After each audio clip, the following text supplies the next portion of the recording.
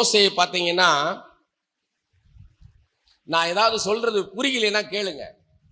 நான் சொல்றது புரியுதா? புரியலன்னா கையை வைத்து காமிங்க. சொல்றது ஃபாலோ பண்ண முடியுதா? நான் வேக வேகமா நான் போல, நான் எவ்வளோ ஸ்லோவா போகணும் அவ்வளோ ஸ்லோவா தான் போய்கிட்டு இருக்கேன். நான் வேகமா நடத்தணும்னு வந்தேன். ஆனா ஆண்டவர் பிரேக் போட்டு நிறுத்தி பல காரியங்களை என்னை பேச வச்சுக்கிட்டு இருக்கிறார். நான் உங்களுக்கு பிரசங்கம் பண்றேன்னு நினைக்கிறேங்க. நானும் பிரசங்கத்தை கேட்டுக்கிட்டு தான் இருக்கிறேன். கர்த்தர் பேசுவதை நானும் கேட்டுக்கிட்டு தான் இருக்கிறேன்.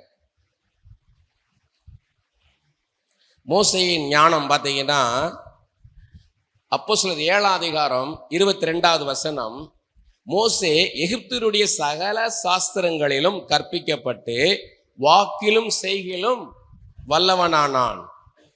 Mighty in words and deeds அப்படின்னு இருக்கு. அப்படின்னா மோசேயை ஆண்டவர் அப்படி ட்ரெயின் பண்றார் அந்த எகிப்தில வச்சு. எகிப்துனாலே ஞானம்னு பார்த்தோம். அவ்வளவு தூரத்துக்கு இவருக்கு வித்தையை கற்றுக் கொடுக்கிறார். அந்த இராணுவத்தில் உள்ள போர் வீரர்களுக்குள்ள அவ்வளவு வித்தையும் கற்றுக் கொடுக்கிறாரு. சகல சாஸ்திரங்களிலும் ஆல் த விஸ்டம் அவ்வளவுத்தையும் கற்றுக் கொடுக்கிறாரு. ஆனா கற்றுக் கொடுத்துட்டு என்ன பண்றாரு ஆண்டவர்? உன்னை ஊழியக்காரனாக தீர்க்கதரிசியாக தெரிந்து கொண்டேன், இஸ்ரவேல் ஜனங்களை எகிப்திலிருந்து மீட்டு வர்றதுக்கு உன்னை தெரிந்து கொண்டேன். உடனே அவர் எல்லாத்தையும் விட்டுட்டு என்ன பண்றாரு? வெளியில வராரு. நம்ம வருவோமா? ஒரு இளவரசனுங்க அவரு. மோசே ஒரு இளவரசன். ஆனா அந்த இளவரசன் என்ன பண்றாரு? நீ ஜனங்களை வழி நடத்தணும்னே அதை விட்டுட்டு வெளியே வராரு. வெளியே வரும்போது என்ன நடக்குது பாருங்க. என்னாகமம் 12ஆம் அதிகாரம் 3வது வசனம், பூமியில் உள்ள சகல ஜனங்களிலும் அவரை சாந்தம் உள்ளவனாகிட்டார். அப்ப என்ன அர்த்தம்? இவருக்கு லைஃபே மாறுது. அங்க அரண்மனையில் இருக்கும்போது இவர் கட்டளை கொடுப்பார். கட்டளை கொடுத்தா எல்லாரும் செய்யணும். ராஜா சொன்னா என்ன பண்ணணும்? எல்லாரும் செய்யணும். ஆனா இவர் எப்படி மாத்துறாரு? முறுமுறுக்கிற ஜனங்களுக்காக இவர் என்ன பண்றாரு? அவங்கள அன்பா நடத்தணும், அன்போட நடத்தணும், அவங்க மேல இறக்கப்படணும். இவர் ராஜாவா இருந்தா என்ன பண்ணிருப்பாரு? வெட்டி போட்டிருப்பாரு. ஆனா இப்ப வெட்டி போட முடியாது. ஏன்னா கர்த்தருடைய பிள்ளைகள் என்ன பண்ணணும்? இவரு முறுமுறுக்கிற பிள்ளைகள், முரட்டாட்டம் பண்ற ஜனங்களை கர்த்தருடைய பிள்ளைகளா நினைச்சு அன்பா இரக்கமா நடத்தணும். அப்படி போல மாத்துறாரு ஆண்டவர். அதுல பாருங்க, எபிரேயர் 11ஆம் அதிகாரம் 24 to 26 வசனம், விசுவாசத்தினாலே மோசே தான் பெரியவனான போது பார்வோனுடைய குமாரத்தின் மகன் எனப்படுவதை வெறுத்து அனித்தியமான பாவ சந்தோஷங்களை அனுபவத்தை பார்க்கிலும் தேவனுடைய ஜனங்களுடைய துன்பத்தை அனுபவத்தை தெரிந்து கொண்டு இனி வரும் பலன் மேல் நோக்கமாய் இருந்து எகிப்தில் உள்ள பொக்கிஷங்களிலும் கிறிஸ்துவ நிமித்தம் ஒரு நிந்தையை அதிக பாக்கியம் என்று எண்ணினான். அரண்மனை வாழ்க்கையை விட்டு வெளியே வர்றார். தீர்க்கதரிசியாக கர்த்தருடைய பிள்ளைகளை வழிநடத்துகிற ஒரு தலைவனாக வெளியே வர்றாரு. உடனே வந்தவொடனே ஏத்துக்கிட்டாங்களா? ஏத்துக்கிடல. பாத்தீங்கன்னா அப்போஸ்தலர் 7ஆம் அதிகாரம் 27வது வசனம் பாருங்க. ஜனங்கள் அவரை தங்களுடைய தலைவனாக ஏற்றுக்கொள்ளவில்லை. எங்கள் மேல் அதிகாரியாகவும் நியாயாதிபதியும் உன்னை ஏற்படுத்தினவர் யார் என்று கேட்கிறாங்க. ஏத்துக்கல யாரும் தலைவனாக. இதேதான் சவுலுக்கு நடந்தது. சவுல் ராஜாவாகும் போது ஜனங்கள் அவரை ராஜாவாக ஏற்றுக்கொள்ளல. இவன் யார் நம்மள ராஜாவா இருக்கிறதேன்னு. இது நமக்கு தீர்க்க தரிசனம். கர்த்தர் உங்களை ஒரு ஊழியக்காரனாக, ஊழியக்காரியாக, தீர்க்கதரிசியாக, சுவிசேஷகனாக, சுவிசேஷியாக உங்களை கொண்டு வரும்போது ஜனங்க ஏத்துக்கோங்கன்னு நினைக்காதீங்க. இயேசுவே என்ன சொன்னாங்க? பெயல்செபூல், பிசாசுகளின் தலைவன், பிசாசு பிடிச்சிருக்கு அப்படின்னாங்க. பைத்தியம் பிடிச்சிருக்குன்னாங்க இயேசுவ. அப்படிதான் ஏத்துக்க மாட்டாங்க. அதுக்கு தான் சொல்றாரு. ஆனா அதே இது பாருங்க, அப்போஸ்தலர் 7:35 பாருங்க. கர்த்தர் மோசேயை தலைவனாகவும் மீட்பனாகவும் அனுப்பினார். அப்படியே டிரான்ஸ்ஃபர்மேஷன். அவருடைய லைஃப் எப்படி டிரான்ஸ்ஃபர்மேஷன் ஆகுதுன்னா, அது வரைக்கும் அவருடைய கட்டளை கொடுப்பார். அந்த கட்டளையின்படி செய்யலைன்னா தண்டனை கொடுப்பார். ஒருத்தர் தூக்குல போடலாம், கழுத்தை வெட்டானா கழுத்தை வெட்டலாம். அப்படிப்பட்ட ஒரு அதிகாரத்தெல்லாம் விட்டுட்டு இந்த ஜனங்களுக்கு மத்தியில பொறுமையாக அன்பா நடத்தணும். எப்படி பாத்துறாரு பாருங்க ஒருத்தரை. இதுக்குத்தான் 40 வருஷம் ஒரு டெசர்ட் கொண்டு போறார், வனாந்திரத்துல கொண்டு போறார். நேற்று வரைக்கும் அரண்மனை வாழ்க்கை. 2 பேர் என்ன பண்ணுவான், அப்படியே மயில் தொகையை வச்சு வீசுவான் அப்படியே காத்துக்கு. அது ஒரு பார்வை பார்த்தா கிரேப் ஜூஸ் வரும், அது பார்வை பார்த்தா மாதுளம்பழம் ஜூஸ் வரும், ஆரஞ்சு ஜூஸ் வரும். அடுத்த நாள் எங்க இருக்காரு இவரு? வனாந்தரத்துல ஆடு மேய்ச்சிக்கிட்டு இருக்கிறாரு. மாமனாருடைய ஆட்டெல்லாம் மேய்ச்சிக்கிட்டு இருக்காரு. எப்படி இருக்கும் மோச? யோசித்து பாருங்க. எப்படி இருக்கான்? எப்படி இருக்குங்க? அதுதான் வாழ்க்கை. யோசேப்பு பாருங்க, சொப்பனம் பார்த்தாரு. ஆனா அடுத்து எங்க இருந்தாரு? போத்தியார் வீட்டுல அடிமையா இருந்தார். நம்மளை ஆண்டவர் எடுத்துட்டாருன்னு உடனே நம்மளை பெருசா கொண்டு போயிரும் நினைக்க கூடாது. அந்த ஸ்தானத்துல அந்த ஸ்டேஜில் கொண்டு நிறுத்தத்துக்கு முன்னாடி பாடுகள் வழியா கொண்டு போவார். சகிப்புத்தன்மை வேணும், பொறுமை வேணும், அன்பு வேணும், இரக்கம் வேணும். யார் மேல? முறுமுறுக்கிற ஜனம், முரட்டாட்டம் பண்ற ஜனங்கள் மேல நீங்க அன்பு செலுத்தணும். அப்பதான் ஊழியம் செய்ய முடியும். எல்லாரையும் அரவணைக்கணும். ஒரு ஆடு 7 மணிக்கே நிற்கும், 8 மணி ஆராதனைக்கு. ஒரு ஆடு எப்ப வரும்? வரும் இரத்தத்தால் மறைக்கப்பட்டேன் போது அந்த ஆத்மா உள்ள வரும்.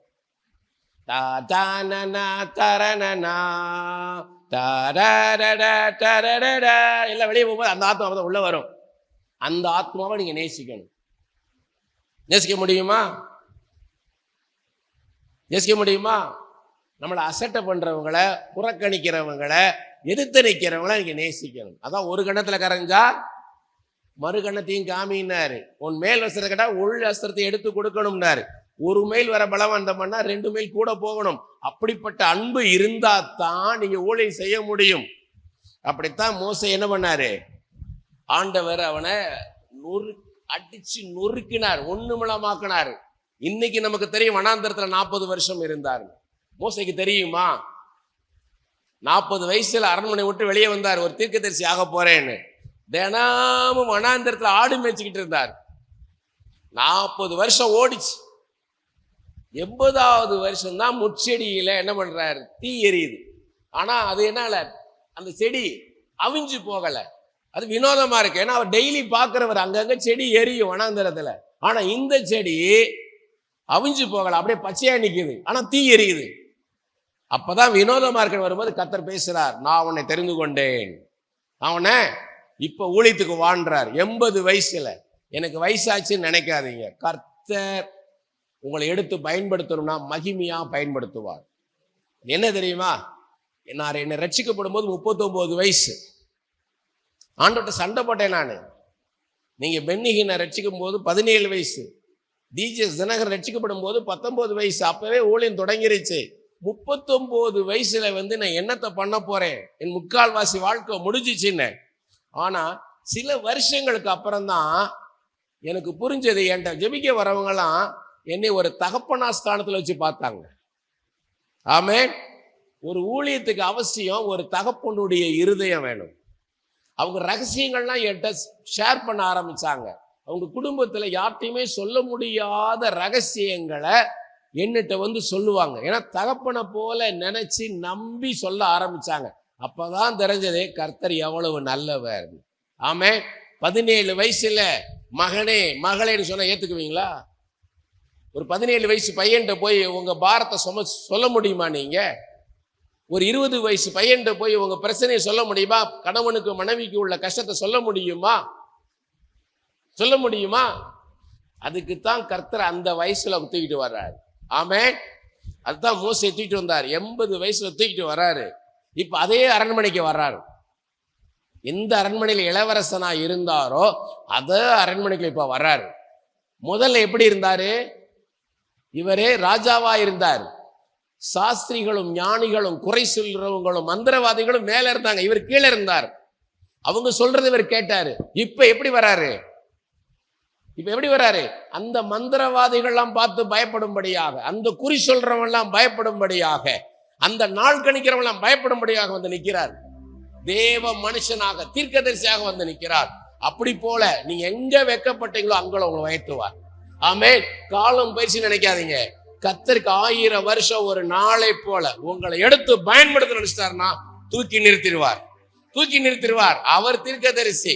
அவர் என்ன சொல்றாரோ சொல்ல போறீங்க. அவர் அற்புதங்களையும் அடையாளங்களையும் செய்வார். மோசேக்கு பாருங்க என்ன கிருபை கொடுத்தாருன்னா, யாத்ரா 33:11 சொல்றாரு, ஒரு சிநேகிதனோட பேசுவது போல முகமுகமாய் பேசுவார்ங்க. இதே என்னாகும் 12 அதிகாரம் 6 முதல் 8 வசனம் சொல்றாரு, நான் மோசையோடு ஒரு நண்பனோடு நண்பன் பேசுவது போல, ஒரு சிநேகிதனோடு பேசுவது போல முகமுகமாய் பேசுவேன். டயலாக், கான்வர்சேஷன், மாறி மாறி கண்டினியூஸா பேசுறார் மோசையோட. எவ்வளவு பெரிய கிருபை பாருங்க. காத்திருந்தா நீங்க ஒரு நாள் வெட்கப்பட்டு போவதில்லை. உபாகமம் 34:12 சொல்றாரு, இப்படி போல ஒரு தீர்க்கதரிசி இதுக்கு முன்பும் இல்லை பின்பும் இல்லை.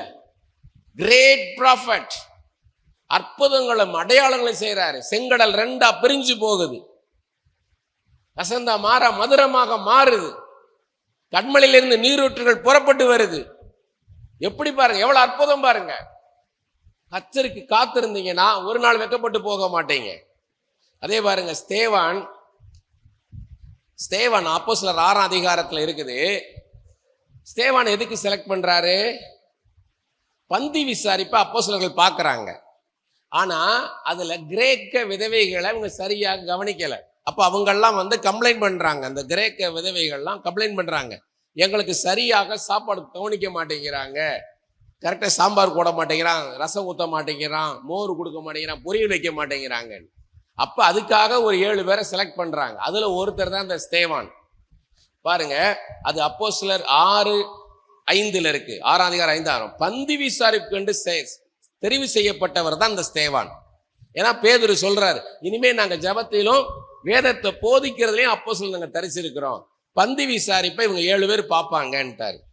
அப்ப அவன் எப்படி இருக்கான்னா, ஸ்தேவான் விசுவாசமும் பரிசுத்த ஆவியும் நிறைந்தவராயிருந்தார். அவருக்கு என்ன இருந்தது? பரிசுத்த ஆவியின் அபிஷேகத்துல இருந்தார், விசுவாசத்துல இருந்தார். கர்த்தர் என்ன பண்ணாருன்னு கேட்டீங்கன்னா, அற்புதங்களையும் அடையாளங்களையும் அவரை கொண்டு செய்ய ஆரம்பிச்சிட்டார்.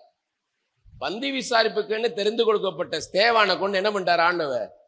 அப்போஸ்தலர்கள் கொண்டு செய்ய வேண்டிய அற்புதங்களையும் அடையாளங்களையும் செய்ய ஆரம்பிச்சார். அப்படின்னு என்ன அர்த்தம்? என்ன அர்த்தம்? நமக்கு என்ன அர்த்தம்? அது நீங்க நினைக்கலாம், நீங்க என்னடா சர்ச்சில் வர வந்து பாயை போட்டுக்கிட்டு நாங்க கூட்டிக்கிட்டு இருக்கோம், பெருக்கிக்கிட்டு இருக்கோம், சர்ச்சில் தொடச்சிக்கிட்டு இருக்கோம், சமைச்சுக்கிட்டு இருக்கோம் நினைக்கலாம். உங்களை எடுத்து ஆண்டவர் உலகத்தை கலக்க ஆரம்பிச்சிருவார். உங்களை எடுத்து ஆண்டவர், அதுதான் சொல்றாரு. ஸ்தேவான் வந்து ஒரு பந்தி விசாரிப்புக்காரன். ஆனா அவரை வச்சு என்ன செஞ்சார் பாருங்க. அப்போஸ்தலர் 6 அதிகாரம் 8 முதல் 10 வசனங்கள். ஸ்தேவான் விசுவாசத்தினாலும் வல்லமையினால் நிறைந்தவனாய் ஜனங்களுக்குள்ளே பெரிய அற்புதங்களையும் அடையாளங்களையும் செய்தான். அப்பொழுது லிபர்த்தீனர் எனப்பட்டவர்களின் ஆலயத்தை சேர்ந்தவர்களிலும் சிரேனே பட்டணத்தாரிலும் அலெக்சாந்திரியா பட்டணத்தாரிலும் சிலிசியா நாட்டாரிலும் ஆசியா தேசத்தாரிலும் சிலர் எழும்பி ஸ்தேவானுடைய தர்க்கம் பண்ணினார்கள். இவங்கெல்லாம் சாதாரண ஆள் கிடையாது, பிலாசபர்ஸ், பெரிய தத்துவ மேதைகள், ஞானிகள். இவங்கெல்லாம் சாதாரணமானவர் கிடையாது. இவங்க போய் ஆர்கியூ பண்றாங்க, ஸ்தேவானோட போய் விவாதம் பண்றாங்க. ஸ்தேவான் பேசின ஞானத்தையும் ஆவியும் எதிர்த்து நிற்க அவர்களால் கூடாமல் போயிற்று. ஸ்பிரிட் ஆஃப் கன்விக்ஷன் வாங்க. கர்த்தர் வந்து உங்களுக்குள்ள ஒரு பலனை கொடுப்பார், அதீதமான ஒரு நம்பிக்கை. நீங்க பேசும்போது இல்ல, பேசாத போது உங்களோட எதிர்த்து யாரும் நின்று பேச முடியாது. நீங்க சாதாரணமா தான் நிற்பீங்க, ஆனா உங்களை எதிர்த்து பேச முடியாது. ஒருத்தருக்கு நான் வந்து ஒரு பையனுக்கு சொல்றேன், ஒரு காரியமா நாங்க ஒரு இடத்துக்கு போயிருக்கிறோம். அப்ப எங்களை அந்த பார்க்க வேண்டிய அந்த அதிகாரி இல்லை, இன்னொரு பையன் எங்களை பார்க்கறான். நான் சொல்றேன், இந்த வேலை உனக்கு திருப்தி இல்லை, நான் திருப்தியா தான் இருக்கேன். நான் சொன்னேன், இந்த வேலை உனக்கு திருப்தியா இல்லை, இன்னும் 1 வாரத்துல இந்த வேலையை விட்டு நீ வெளியே போயிடுவேன், நல்ல ஒரு வேலைக்கு உடனே ஆண்டவர் கொண்டு போயிடுவார். இது இயேசு கிறிஸ்து சொல்றாருன்னு அவன் நம்பல. இல்லை, எனக்கு பிடிச்சிருக்கு, நான் பிடிச்சி தாங்க இருக்கிறேன், I like this job, this my passion, what fashion I have the same job I have அப்படின்றான். எனக்கு எது விருப்பமா இருக்குமோ அதே நான் வேலையாக செய்கிறேன்லாம் சொல்றான். நான் சொன்னேன், இல்லை உனக்கு இது பிடிக்கலை, இதை விட்டு நீ போயிருவேன்ட்டேன். ஒரு அரை மணி நேரம் கழிச்சு நீங்க சொன்னது உண்மைதான்ட்டான். நீ சொன்னது உண்மைதான். ஏன்னா நான் ஒண்ணுமே பேசல. நமக்குள்ள இருக்கிற ஆவியை எதிர்த்து நிக்க அவங்களால முடியாது. பிசாசு அதுதான் பயப்படுவான். பிசாசு கிட்ட போய் நிக்க போகும்போது பிசாசு எதை பார்ப்பான்னா, உங்களுக்குள்ள இருக்கிற ஆண்டவர் மேல உள்ள நம்பிக்கைய, விசுவாசத்தை பார்த்து தான் அவன் நடுங்குவான். நீங்க எந்த அளவுக்கு வேதத்தை தியானிக்கிறீங்க, எந்த அளவு ஜெபிக்கிறீங்கன்றதை பார்க்கும்போது, உங்களுக்குள்ள இருக்க தைரியத்தை பார்க்கும்போது சாத்தான் பயப்படுவான். நீங்க பேரை உள்ள போய் உள்ள போய் நின்ன உடனே தேவ பிரசனை இறங்கி வரணும். நீங்க ஜெபம் பண்ணணும். நீங்க அதுக்காக என்ன பண்ணணும்? ஜெபம் பண்ணணும். ஆண்டவரே, நான் இருக்கிற இடத்துல அன்று ஆசாரிப்பு கூடாரத்தை மேகம் போன்ற மகிமை நிரப்பினது, தேவ பிரசனை நிரப்பினது. மோசே உள்ள நுழைய முடியாதபடிக்கு தேவாலயத்தை மேகம் போன்ற மகிமை நிரப்பினது, தேவ பிரசனை நிரம்பினது. ஆசாரிகள் உள்ள நுழைய முடியாதபடிக்கு. அதே போல நான் செல்கிற இடத்துல தேவ மகிமை இறங்கி வரணும், தேவ பிரசன்னை இறங்கி வரணும். ஒருவர் எதிர்த்து நிற்க கூடாத வெடிக்கு எனக்கு அப்படிப்பட்ட ஆவிய, அப்படிப்பட்ட வல்லமை எனக்கு தாருமையான்னு கேட்டீங்கன்னா அப்படியே செய்வார். கேளுங்கள் கொடுக்கப்படும், தட்டுங்கள் திறக்கப்படும், தேடுங்கள் கண்டடைவீர்கள். கேட்கிறவன் பெற்றுக்கொள்வான், தட்டுகிறவனுக்கு திறக்கப்படும், தேடுகிறவன் கண்டடைவான். என் நாமத்தினாலே நீ எதை கேட்டாலும் அருளி செய்வேன் சொல்லியிருக்கிறார் இயேசுவே. பேதுருவின் நிழல் பட்ட மாத்திரத்திலே வியாதியர்கள் சொஸ்தமானார்கள். அதே வல்லமை, அதே பிரசனை எனக்கு வேணும் ஐயா. பவுலின் உருமால்களையும் கச்சைகளையும் கொண்டு போய் போட்ட போது பிசாசுகள் சரீரத்தை விட்டு விலகி ஓடினது, வியாதிகள் விலகினது. அதே வல்லமை எனக்கு வேணும் ஐயா. எலியா சாரிபாத் விதவையின் மகனை உயிரோடு எழுப்பினாரே, அதே வல்லமை எனக்கு வேணும். சூனேமியாளின் மரித்து போன மகனை எலிசா உயிரோடு எழுப்பினாரே, அதே வல்லமை எனக்கு வேணும் ஐயா. தொற்காலை உயிரோடு எழுப்பின பேதுருக்குள்ள இருந்த அதே வல்லமை எனக்கு வேணும் ஐயா. மரித்து போன ஐத்துவ உயிரோடு எழுப்பின பவுலுக்குள்ள இருந்த அதே வல்லமை எனக்கு வேணும் ஐயா. கேளுங்க கேளுங்க, இப்ப கேளுங்க. அதே வல்லமை எனக்கு வேணும் ஐயா. என்னை கண்டு பிசாசு நடுங்கணும் ஐயா. இயேசுவே, அப்படிப்பட்ட சேவானுக்குள்ள இருந்த அந்த ஆவி எனக்கு வேணும் ஐயா. அந்த வல்லமை எனக்கு வேணும் ஐயா. இயேசுவே, நான் பேசும்போதே, அப்பா பேதுரு பேசும்போதே அதை கேட்டவங்க எல்லாரும் இந்த கொர்நேலி வீட்டுல அபிஷேகம் இறங்கி வந்தது அப்பா. அப்படிப்பட்ட கிருபை எனக்கு தாரும் ஐயா. 3000 பேர் 5000 பேர் ரட்சிக்கப்பட்டாங்க அப்பா. அதே வல்லமை, அதே ஆவி எனக்கு வேணும் ஐயா, வேணும். பழைய ஏற்பாட்டு காலத்துல மோசையை கொண்டு அற்புதங்களை அடையாளம் செஞ்சாரு. புதிய ஏற்பாட்டு காலத்தை யாரை வச்சு செய்யறாரு? ஸ்தேவானை வச்சு செய்யறாரு. பந்தி விசாரிப்புதான் நினைக்காதீங்க. கர்த்தர் உங்களுக்கு என்ன சொல்றாரோ அதை செஞ்சீங்கன்னா போதும், கர்த்தர் தூக்கி கொண்டாந்து நிறுத்துவார். நான் நினைச்சு கூட பார்க்கலங்க. நான் கேமரா பண்ணிக்கிட்டு இருந்தேன். நான் கேமராமேனாக தான் இருந்தேன். நான் ஃபாதர் பெர்க்மான்ஸையும் டிஜிஎஸ் தினகரனையும் கேமராவில் எடுத்துக்கிட்டு இருந்தேன். நான் நினச்சி கூட பார்க்கல நான் ஒரு ஊழியக்காரனா வருவேன்னு நினச்சி கூட பார்க்கல. சொப்பனம் கூட கண்டதில்லைங்க. ஃபாதரோடு போகும்போது எவ்வளோ ஊழியக்காரங்களை சந்திப்பேன், எவ்வளோ பேர் சந்திக்க. ஒருத்தர் கூட எனக்கு தீர்க்கதரிசனம் சொன்னதில்லை. மகாபிரிய தீர்க்கதரிசி டிஜிஎஸ் தினகரன், அவரோட 6 மாதம் கூடவே இருந்தேன், நெருங்கி பழகினேன். ஒரு நாள் கூட நீ ஊழியக்காரனா வருவேன்னு சொல்ல, கர்த்தர் மறைத்து வைத்து தூக்கிட்டு வந்தார். பவுலை எப்படி தூக்கிட்டு வந்தார்? பவுலே எப்படி தூக்கிட்டு வந்தாரு? கலாத்தியர் 1:1 சொல்றாரு, ஒரு மனுஷன் மூலமாக நான் அழைக்கப்படல, ஒரு மனுஷனால் நான் தெரிந்து கொள்ளப்படவும் இல்லை, பிதாவாகிய தேவனாலையும் கர்த்தராகிய இயேசுவினாலும் தெரிந்து கொள்ளப்பட்ட புறஜாதிகளுக்கு அப்போஸ்தலனாகிய பவுலாகிய நான். கலாத்தியர் 1:11-12 என்ன சொல்றாரு? என்னால் பிரசங்கிக்கப்பட்ட சுவிசேஷம் ஒரு மனுஷருடைய யோசனையின்படி ஆனதல்லவென்று உங்களுக்கு சொல்லுகிறேன். நான் ஒரு மனிதரிலிருந்து பெற்றுக்கொள்ளவில்லை, ஒரு மனிதரிலிருந்து கற்றுக்கொள்ளவில்லை. இயேசு கிறிஸ்துவே எனக்கு எல்லாவற்றையும் வெளிப்படுத்தினார். எப்படி சொல்றார் பாருங்க. 2 பேதுரு 3:15-16 என்ன ஆகுது? கலாத்தியர் 1 படிச்சு பாத்தீங்கன்னா 18 ஒரு 15 நாட்கள் பேதுருவோட போய் பவுல் தங்குறார். அவர் வேற எந்த அப்போஸ்தலரையும் பார்க்க போகல. மரியாதை நிமித்தம் யாக்கோபை மாத்திரம் சந்தித்தேன்றார். இயேசுவின் சகோதரனாகிய, பூமிக்குரிய சகோதரனாகிய யாக்கோபை மாத்திரம் சந்தித்தேன். கேபாவின் வீட்டுல, பேதுரு வீட்டுல ஒரு 15 நாட்கள் தங்கியிருந்தார். அப்ப பவுல் தனக்கு கொடுத்த வெளிப்பாடுகள், கர்த்தர் கொடுத்த வெளிப்பாடுகள் எல்லாம் பேதுருட்ட கொடுத்து படிக்க சொல்றார். அப்ப படிக்கும் போது பேதுரு சொல்றாரு, கர்த்தருடைய நீடிய பொறுமையை கர்த்தர் காத்திருக்கிறார், எல்லாரும் ரட்சிக்கப்படணும் பொறுமையா. இந்த நீடிய பொறுமையை ரட்சிப்பென்று எண்ணுங்கள். இதையே நமக்கு பிரியமான சகோதரனாகிய பவுலும் தனக்கு கொடுக்கப்பட்ட ஞானத்தினாலே எல்லா நிருபங்களிலும் சொல்லி இருக்கிறான், எழுதியும் இருக்கிறான். அவன் எழுதியிருக்கிறவைகள் சில காரியங்கள் எனக்கே அறிகிறதுக்கு அதிர்ச்சியாக இருக்கிறது. பேதுருவாகிய நான் 3 வருஷம் பிரதான அப்போஸ்தலனாக இயேசுவோடு முகமுகமாய் தங்கி இருந்து பேசின பேதுருவாகிய எனக்கே பரிசுத்த ஆவியின் மூலமாக வெளிப்பாடுகளை பெற்றுக்கொண்ட பவுல் எழுதின காரியங்களை படிக்கும் பொழுது அறிகிறதற்கு அரிதா இருக்கிறது. How to understand, அவ்வளவு ஆழமான காரியங்கள். அதே ஆவியானவர் நம்மளோட பேசிக்கிட்டு இருக்கிறார். ஏன் பவுல ஆண்டவர் வச்சுக்கல தன்னோட, இயேசுவோட? இதை இப்ப எழுதியிருந்தாருன்னா இப்ப என்ன படிப்போம்? பேதுரு எழுதியிருக்கிற படிக்கும் போது பேதுரு ஆண்டவரோட தங்கி இருந்தார், அதனால எழுதியிருக்கிறார். யாக்கோபு எழுதின நிருபம் அவரோட இருந்தார். யூதா எழுதின நிருபம் இயேசுவோட இருந்தார், அதனால எழுதியிருக்கிறார். அப்போஸ்தலன் யோவான் இயேசுவோடையே 3 வருஷம் இருந்தார், அதனால எழுதியிருக்கிறார். அப்படி பவுலையும் சொல்லிடுவோம், பவுல் இயேசுவோட இருந்தார் அதனால எழுதியிருக்கிறார். இல்ல, பவுலோடு இப்ப நம்மளோட பேசுகிற பரிசுத்த ஆவியானவர் மூலமா தான் பேசினார். அவர் எழுதியிருக்கிற வெளிப்பாடுகளை போல ஒரு மனுஷன் எழுதுறது வரைய அப்படிப்பட்ட ஞானம். நேத்தே சொன்னேன் நான், மோசே உட்கார்ந்து இருக்கிறார், ஏசாயா உட்கார்ந்து இருக்கிறார், எரேமியா உட்கார்ந்து இருக்கிறார், எஸ்ரா உட்கார்ந்து இருக்கிறார், எசேக்கியேல் உட்கார்ந்து இருக்கிறார். எல்லாம் பழைய ஏற்பாடு தீர்க்கதரிசிகள். பவுல் வந்து உட்கார்ந்து இருக்காரு. எப்படி இருக்கும்? பவுல் வந்து உட்கார்ந்து இருக்கிறார், அந்த மூலையில பவுல் உட்கார்ந்து இருக்கிறார். இங்க மோசே எழுதினது, எஸ்ரா எழுதினது, சாமுவேல் எழுதினது, ஏசாயா, எரேமியா, எசேக்கியேல் எழுதினது, இது எல்லாத்தையும் கற்று தேர்ந்த வேதபாரகன் பவுல். மோசேக்கு அவர் எழுதினது மாத்திரம் தான் தெரியும். ஏசாயாக்கு அவர் கொடுத்த வெளிப்பாடு தான் தெரியும். எரேமியாக்கு அவர் கர்த்தர் என்ன சொன்னாரோ அது மாத்திரம் தான் தெரியும். ஆனா அப்போஸ்தலனாகிய பவுலுக்கு எல்லாரும் எழுதுனதும் தெரியும்.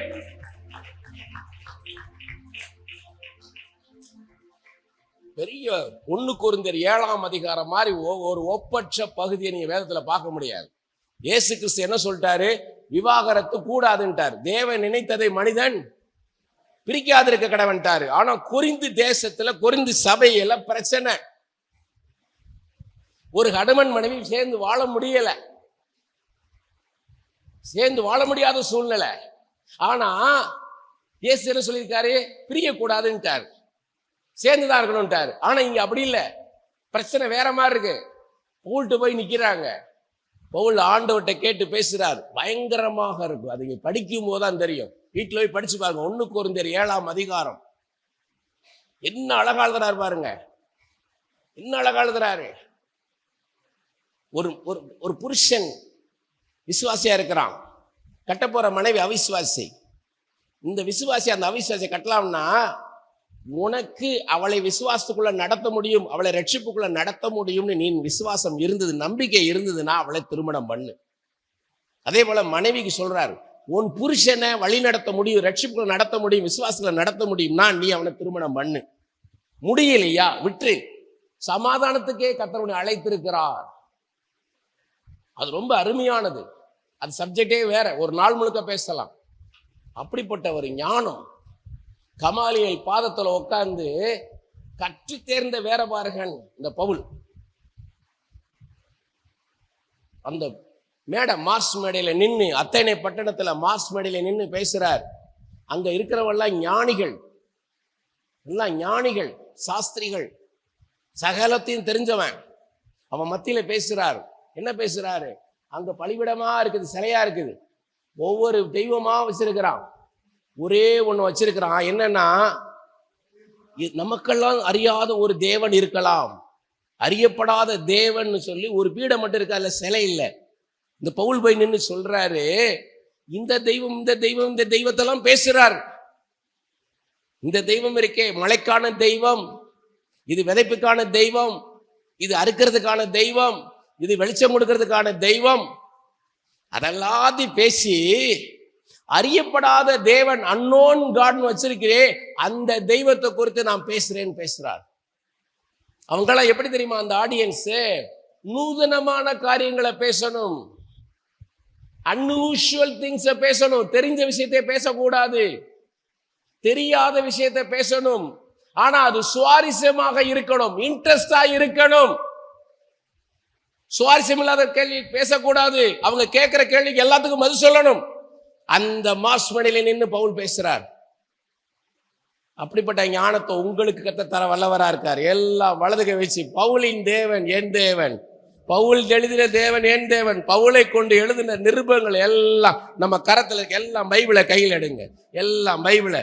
இயேசுவே மூசை எழுதினது, சாமுவேல் எழுதினது, எஸ்ரா எழுதினது, ஏசாயா, எரேமியா, எசேக்கியேல், அப்பா பேதுரு எழுதினது, யாக்கோபு எழுதினது, மத்தேயு எழுதினது, லூக்கா எழுதினது, அப்போஸ்தலன் யோவான் எழுதினது, எல்லாமே பவுல் எழுதினது எல்லாமே இந்த கரத்துல இருக்கப்பா. உம்முடைய ஞானம் இந்த வேதத்துக்குள்ள இருக்கப்பா. அப்பா உம்முடைய ஞானத்தை எங்க பார்க்கலாம்? 7 கடல் தாண்டி போக வேண்டாம், 3ஆம் வானம் வரைக்கும் ஏறி வர வேண்டாம். என் கரத்திலே கொடுக்கப்பட்ட இந்த வார்த்தை என் இருதயத்திலே வைத்து என் வாயினாலே அதை அறிக்கை செய்ய என் காதுகள் முதலாவது கேட்கணும் ஐயா. இன்றிலிருந்து வேதம் எனக்கு உணவாக மாறட்டும் ஐயா. இந்த வேதத்தின் வார்த்தைக்குள்ள இருக்கிற ஞானம் எனக்குள்ளே கடந்து வரட்டும் ஐயா, எனக்குள்ளே கடந்து வரட்டும். இயேசுவே எனக்கு இரக்கம் பாராட்டும் ஐயா, இரக்கம் பாராட்டும். கரங்களை தட்டி கர்த்தரை மகிமைப்படுத்துவோமா? ஒரே ஒரு காரியம் 5 நிமிஷத்துல முடிச்சிடுறேன். எஸ்ரா பாத்தீங்கன்னா ஒரு ஆசாரியன். ஆனா அவர் எப்படி இருக்காருன்னு பாத்தீங்கன்னா, எஸ்ரா 7ஆம் அதிகாரம் 6வது வசனம், இந்த எஸ்ரா கர்த்தர் அருளிய மோசேயின் நியாயப்பிரமாணத்திலே தேறின வேதபாரகனாயிருந்தான். எப்படி இருந்தாராம்?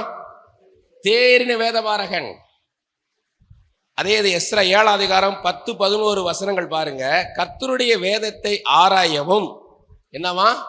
ஆராய்ந்து பார்க்கிறது, அதன்படி செய்யவும், வார்த்தையின்படி வாழ்றது, இஸ்ரவேலிலே கட்டளைகளையும் நீதி நியாயங்களையும் உபதேசிக்கவும் கற்றுக் கொடுக்கிறது. எஸ்ரா தன் இருதயத்தை பக்குவப்படுத்தி இருந்தான். கர்த்தருடைய கற்பனைகளின் வார்த்தைகளிலும் அவர் இஸ்ரவேலுக்கு கொடுத்த கட்டளைகளிலும் படித்து தேறின வேதபாரனாகிய எஸ்ரா என்னும் ஆசாரியன். எப்படி இருக்கு பாருங்க. அப்ப 2 காரியம் இருக்கு இதுல. ஒண்ணு, வெறுமனே நான் ஒரு ஆசாரியன் அப்படின்னு இருக்கல, அவரு தேறின வேதபாரகனா இருக்கணும். பெஸ்ட் பிரீஸ்ட், ஒரு பிரீஸ்ட், ஆர்டினரி பிரீஸ்ட்ல, ஆவரேஜ் பிரீஸ்ட்ல பெஸ்ட் பிரீஸ்டா இருக்கு. என்ன பண்ணிருக்கிறாரு? 2 காரியம் பண்ணிருக்காரு. ஒண்ணு, நல்லா கத்துக்கிட்டு இருக்கிறார். 2வது, கற்றுக் கொடுக்கிறவரா இருந்திருக்கிறார். ஆமென். Teachable spirit, teaching spirit. Teachable ஸ்பிரிட்னா கற்றுக்கொள்ளணும் இருக்கணும். இன்றைக்கும் சொல்றேன், ஆண்டவர் நான் மேம்படும்படியாக. நான் சினிமால இருந்தபோது அப்படிதான் இருந்தேன். எல்லாரும் ஃபிலிம் இன்ஸ்டியூட் படிச்சு வெளியே வரும்போது எல்லாரும் தனியா படம் பண்ணணும்னு போனானுங்க. எனக்கு அப்படி இல்லை, நான் கற்றுக்கொள்ளணும். எல்லாரும் நீ பைத்தியக்காரன் நினைச்சாங்க. இல்ல, நல்ல எக்ஸ்பீரியன்ஸ் ஹேண்ட் போய் நல்ல பெஸ்ட் ரைட்டர், ஸ்கிரிப்ட் ரைட்டர் அசிஸ்டண்டா இருந்தேன். பெஸ்ட் கேமராமேன் போய் அசிஸ்டண்டா இருந்தேன். கிராபிக்ஸ் பூரா உட்கார்ந்து கத்துக்கிட்டேன். இன்னைக்கும் சொல்றேன், இன்னைக்கும் நான் ஊழியம் செய்யணும் இல்ல, கத்துக்கொள்ளணும். நீங்க எழுதி வச்சுக்கோங்க, மார்டின் லாய்ட் ஜோன்ஸ். இவர் லண்டன் தேசத்துல இருந்த ஒரு பாஸ்டர். இவர் ஆக்சுவலா ஒரு மெடிக்கல் டாக்டர். இவர் படிச்சது மெடிசன். ஆனா படிக்கும் போது இவன் டாக்டரா இருக்கக்கூடாது, நம்ம நல்ல ஒரு ஊழியக்காரனா வரணும்னு என்ன பண்ணாருன்னா, படிச்சு முடிச்சு பயங்கரமான யூனிவர்சிட்டி அது டாக்டரேட் வாங்கினார். டாக்டர் பட்டத்தை வாங்கிட்டு இவர் பாஸ்டர் ஆயிட்டாரு. ஒரு சர்ச்சில் இருந்து 13 வருஷம் வாரம் ரோமருக்கு எழுதின நிருபத்தை பேசினார். ஒரு அதிகாரத்துக்கு ஒரு புஸ்தகம்னு போட்டிருக்காரு. அவர் எழுதினதை அவரே கேட்டு எழுதி எடிட் பண்ணி ஒவ்வொரு அதிகாரத்துக்கும் ஒரு புஸ்தகம் போட்டிருக்காரு. அதை படிச்சீங்கன்னா நீங்க மார்டின் லாய்ட் ஜோன்ஸ் பேசுற மாதிரி இருக்காது. பவுல் உங்களோட பேசினா எப்படி இருக்கும் அப்படி இருக்கும். ஒவ்வொரு வார்த்தை எடுத்து பிரிச்சு சொன்னாருன்னா அப்படி இருக்கும். அதே மாதிரி A.W. டோசர் எழுதிக்குவாங்க. A.W. டோசர் 1963 இறந்துட்டார். ஆனா அவர் வாழ்ந்த காலத்துல அவரை மாதிரி ஒரு டீச்சர், அவரை மாதிரி ஒரு ப்ராஃபட் யாரும் கிடையாது. படிச்சீங்கன்னா அப்படி இருக்கும். அட்ரிபியூட்ஸ் ஆஃப் காட்னு இருக்கு, வால்யூம் 1 வால்யூம் 2 இருக்கு. கர்த்தருடைய குணாதிசயங்களை பத்தி 2 புக்கு, 2 வால்யூம் 1 வால்யூம் 2 இருக்கு. இரக்கம் உள்ளவர், மனதுருக்கம் உள்ளவர், அன்புள்ளவர், கிருபையுள்ளவர், மன்னிக்க தயை பெருத்தவர்ன்றது சாப்டர் எழுதியிருப்பார். அதை படிச்சீங்கன்னா உங்களுக்குள்ள இருக்கிற ஃபயர் எவ்வளவு எழுந்துடும். உங்களால் உட்கார முடியாது. ஒரு சிஷ்யலோடு இயேசு பேசும்போது வேத வாக்கியங்களை விளக்கி காட்டின பொழுது அவங்க இருதயம் கொழுந்து விட்டு எரிந்தது. அப்படி போல உங்களை ஆக்கிடுவார் ஆண்டவர். அந்த மாதிரி நீங்க எழுமணும். உங்களுக்கு இன்ஸ்பிரேஷன் இருக்கணும். இங்க சுத்தி சுத்தி இங்கேயே பார்த்துட்டு இருக்க கூடாது. உலகம் முழுக்க என்ன நடக்குது அப்படி பார்க்கணும். மார்ட்டின் லான் ஜோன்ஸ் எபேசியருக்கு எழுதின நிருபத்துக்கு விளக்க உரை எழுதியிருப்பார். கலாத்தியருக்கு எழுதினது பார்த்தீங்கன்னா பவுல் உங்களோட பேசுற மாதிரி இருக்கும். நீங்க பேசுனீங்கன்னா ஒருத்தனுடைய வாழ்க்கை மாறணும்.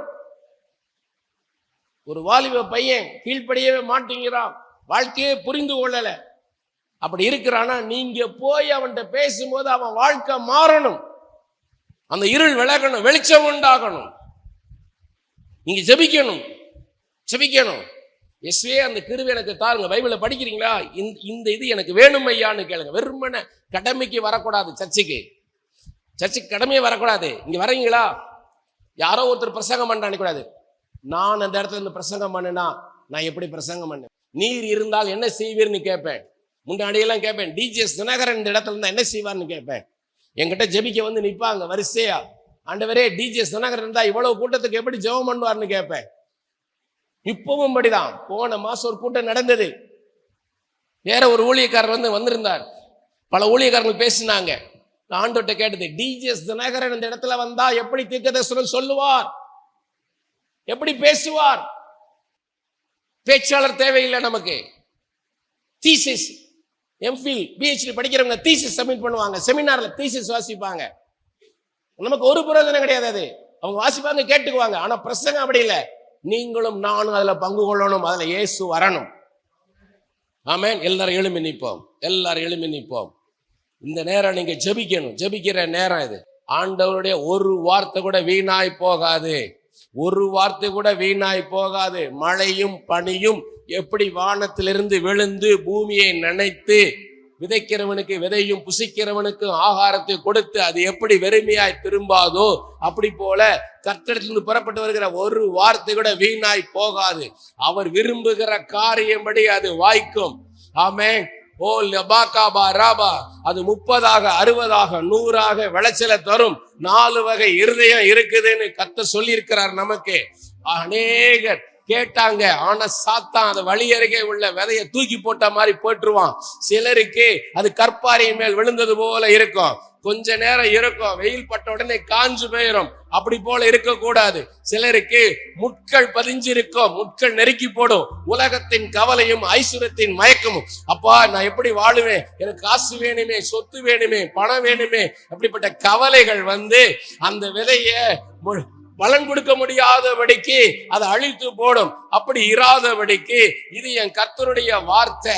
அது என்னை உருவாக்கும், என் வாழ்க்கையை உருவாக்கும். நான் வாழ வேண்டிய வாழ்க்கையை அது எனக்கு பெற்று தரும். என் வார்த்தை, இந்த வார்த்தை சாதாரண வார்த்தை இல்ல. இது கர்த்தர், சர்வ வல்லமை உள்ள தேவன், ஒன்றுமில்லாத எல்லாவற்றையும் உண்டாக்கின தெய்வம், வானத்தையும் பூமியும் சமுத்திரத்தை உள்ளவளை உண்டாக்கின தெய்வத்துடைய வார்த்தை. உருவாக்குகிற வல்லமை. மரித்தாலும் உயிரை கொடுத்து ஜீவனை கொடுத்து மீண்டுமாக உயிரோடு எழுப்புகிற வல்லமை நிறைந்த வார்த்தை. எப்பேற்பட்ட வியாதியை சுகப்படுத்துகிற வல்லமை நிறைந்த வார்த்தை. என்னை உருவாக்குகிற வார்த்தை, என்னை புதிதாக்குகிற வார்த்தை, என்னை மறுரூபப்படுத்துகிற வார்த்தை, என் சிந்தையை மாற்றுகிற வார்த்தை, என் உணர்வுகளை மாற்றுகிற வார்த்தை, என் ஆவி ஆத்தும சரீரத்துக்குள்ளாக வல்லமையாக கடந்து வருகிற வார்த்தை. வல்லமை நிறைந்த வார்த்தை, ஜீவனுள்ள வார்த்தை. ஓ ரபா லபா லபா ரீபா காபா. ஒரு வார்த்தை போதும். என் கர்த்தருடைய ஒரு வார்த்தை ஒரு அற்புதத்தை கொண்டு வரணுமா? என் கர்த்தரிலிருந்து ஒரு வார்த்தை வந்தா போதும். நீ போகலாம், உன் குமாரன் பிழைத்திருக்கிறான்னு சொன்னா போதும். ஓ சித்தம் உண்டு சுத்தமாகுன்னு சொன்னா போதும். உன் கண்ணீரை கண்டேன்னு சொன்னா போதும். உன் பெருமூச்சை கேட்டேன்னு சொன்னால் போதும். இயேசுவே இயேசுவே, நீர் என்னோடு கூட பேசுகிற வேலையா நானு தகப்பனே மறக்க மாட்டேன். அப்பா நான் வருவேன் ஆண்டவரே, நீர் எனக்காக காத்திருப்பீர் என்பதை அறிவேன் ஐயா. நான் மனுஷர்களை பார்க்க வரல, ஒரு மனுஷனுடைய சத்தத்தை நான் கேட்க வரல, ஒரு மனுஷனுடைய ஞானத்தை பார்க்கவோ, ஒரு மனுஷனுடைய புத்தியை பார்க்கவோ இந்த இடத்துக்கு நான் வரலப்பா. இது ஒரு கட்டிடம் அல்லப்பா. என் கர்த்தர், என் இயேசு ராஜா, என் பரம தகப்பன் கடந்து வருகிற அப்பா என் ஸ்தலம் ராஜா. இந்த ஸ்தலத்துல ஏறெடுக்கப்படும் அப்பா ஜெபத்திற்கு உம்முடைய கண்கள் திறந்தவைகளும் உம்முடைய செவிகள் கவனிக்கிறவனுமா இருக்கும் ஐயா. இயேசுவே, என் ஜெபத்தை கேட்கிறவரே, என் விண்ணப்பத்தை கேட்கிறவரே, என் பெருமூச்சையும் கேட்கிறவரே, என் கண்ணீரை காண்கிறவரே, என் கண்ணீரை இப்படி துருத்தில் வைத்திருப்பவரே, என் அலைச்சல்கள் எல்லாம், என் மன உளைச்சல் கணக்கில் வைத்திருப்பவரே, அப்பா உம்மண்டை வருகிறேன் ஐயா. தேவனே உம்மண்டை வருகிறேன், உம்மண்டை வருவேன் ஐயா. உம்முடைய சமூகம் எனக்கு இளைப்பாறுதலை தரும் ஐயா. என் பாரத்தெல்லாம் இறக்கி வைத்து எனக்கு சமாதானத்தை தருகிற என் அன்பின் தெய்வமே, அப்பா என்னை நேசிக்கிற தெய்வமே, மனித அன்பு மாறி போயும் ஐயா. இந்த உலக அன்பெல்லாம் மாய் ஐயா. உம்முடைய அன்போ மாறாத ஐயா. அந்த மாறாத அன்புக்காக, நேற்றும் இன்றும் என்றும் மாறாத அந்த அன்புக்காக நான் ஓடி வருவேன் ஐயா, ஓடி வருவேன் ஐயா. இயேசுவே, நீர் எனக்கு அவசியம் ஐயா. நான் உம்மை சார்ந்து வாழ்கிறேன் ஐயா, உம்மை நம்பி வாழ்கிறேன் ஐயா. நீரே எல்லாம், நீரே எல்லாம்.